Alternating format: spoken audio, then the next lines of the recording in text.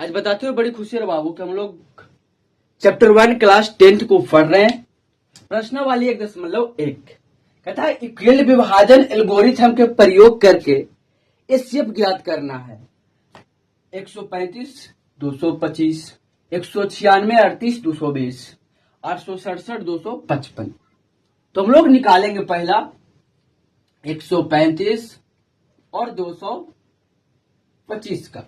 जो बड़ा रहता है उसको ए मानते हैं, ए बराबर 225। जो छोटा रहता है उसको बी मानते हैं, तो बी 135। ए बराबर सूत्र क्या लगाते हैं, बेसिक वाला क्लास देख लीजिएगा। ए बराबर बी क्यू प्लस आर। ए कितना है 225, बी कितना है 135 गुना क्यों कितना बार गुना करेंगे कि हम लोग को, तो 2 बार कर देंगे तो ज्यादा हो जाएगा भाई, तो 1 बार करेंगे तो शेषफल बच जाएगा 90। ठीक है, ई वाला को यहां ले जाइए, तो 135 बराबर 90, इसको जगह पर आ जाएगा 90 गुना 1 प्लस बच जाएगा कितना 45। 90 यहां 45 इसके जगह पर, 45 दूनी 90। और जब शेषफल 0 आ जाए तो बी बराबर क्या हो जाता है एचसीएफ। जो नहीं समझ में आया जाइए हमारा बेसिक पार्ट वाला में पढ़ के देख लीजिए। फिर है 196 और 38, 220। जो बड़ा रहता है उसको ए मानते हैं, तो ए बराबर 38, 220। छोटा को बी मानते हैं, तो बी 196।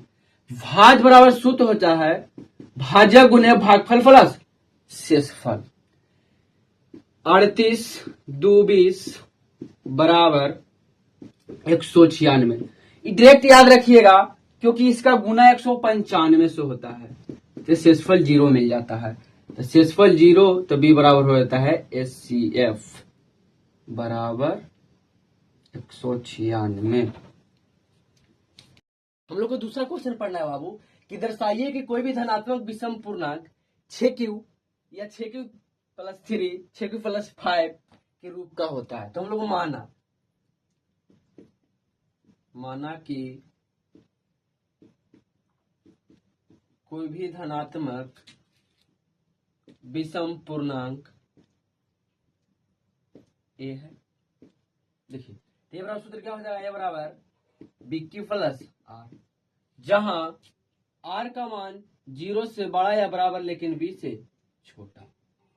देखिए बी का मान कितना, आर का मान देखिए बी कितना है 6, आर कितना हो जाएगा 0, 1, 2, 3, 4, 5। ये कह रहा है कि आर का मान 0 से बड़ा या बराबर लेकिन बी से छोटा। तो बी हम लोग किसको बोलते हैं, जो क्यू के साथ में गुना होता है।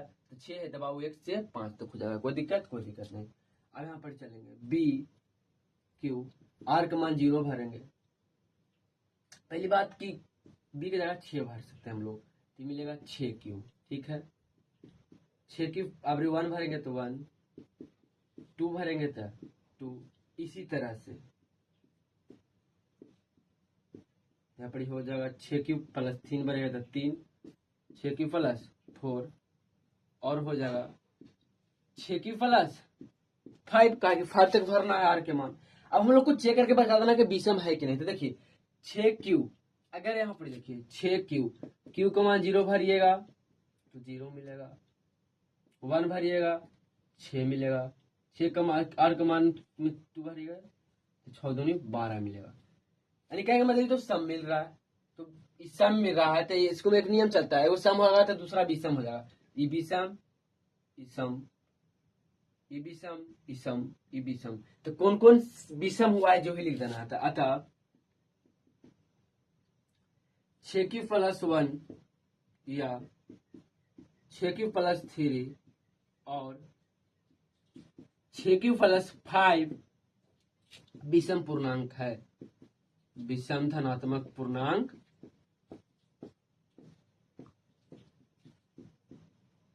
है। हम लोग का तीसरा क्वेश्चन पढ़ना है बाबू, लिखेंगे हल। ठीक है, कहता 616 गो आदमी है, उसको 32 गो में लाइन लगाना है। 32 को तो कितना लाइन लगेगा ये पूछा है। लैंग्वेज थोड़ा सा ज्यादा कर दिया है, इसमें अधिकतम की बात किया है तो अधिकतम हम लोग निकालते हैं HCF, बस इतना ही याद रखना। जहां पे अधिकतम न्यूटन का बात करेगा तो निकाल लेंगे HCF। तो A बराबर BQ प्लस R होगा। 616 बराबर 32, करके देखिए 616 को देले है और 32 से 10 देले है, ठीक है। गुना 19 बार में लगाएंगे, हम लोग को मिल जाएगा 8। ई वाला यहाँ भेज देते थे 32, ई वाला आ जाता है इसके स्थान पर तो 8, 8 चौका 32, शेषफल 0। जब शेषफल 0 बच जाएगा तो इससे बराबर क्या हो जाएगा 8। यानी कितना लाइन लगेगा बाबू, तो 8 लगेगा।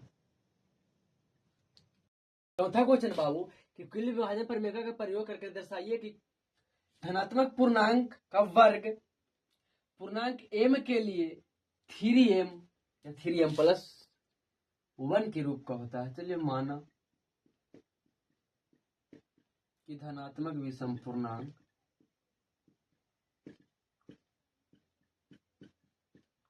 x है, ठीक है।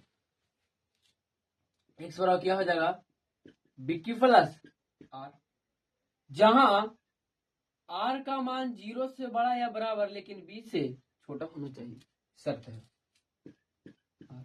B का मान 7 वाला से मिल जाता है यानी 3, यहाँ पे R का मान हो जाएगा 1 2। चलिए ये तो 3 हो जाएगा बाबू, ये क्यूब हो जाएगा। R का मान अगर 0 भर जाएगा 3 क्यूब रहेगा। अब वर्ग करने का है तो वर्ग कर देंगे, वर्ग करने पर तो x स्क्वायर 3q स्क्वायर को वर्ग करेंगे तो हमारा मिलेगा 9q स्क्वायर। 9 कैसे तोड़ सकते हैं, 3 गुना 3q स्क्वायर। देखिए 3m लाना था, इतना दूर को m मानना पड़ेगा, m माना, ठीक है। हो जाएगा 3, इतना दूर के मान लेंगे तो m, यानी 3m। अब भरेंगे हम लोग क्या 3q प्लस 1, इसका कर देंगे कुछ दोनों वर्ग, तो a square plus 2a into b plus b के स्क्वायर, 3 3 9 q के स्क्वायर प्लस 3 दूनी 6 q प्लस 1।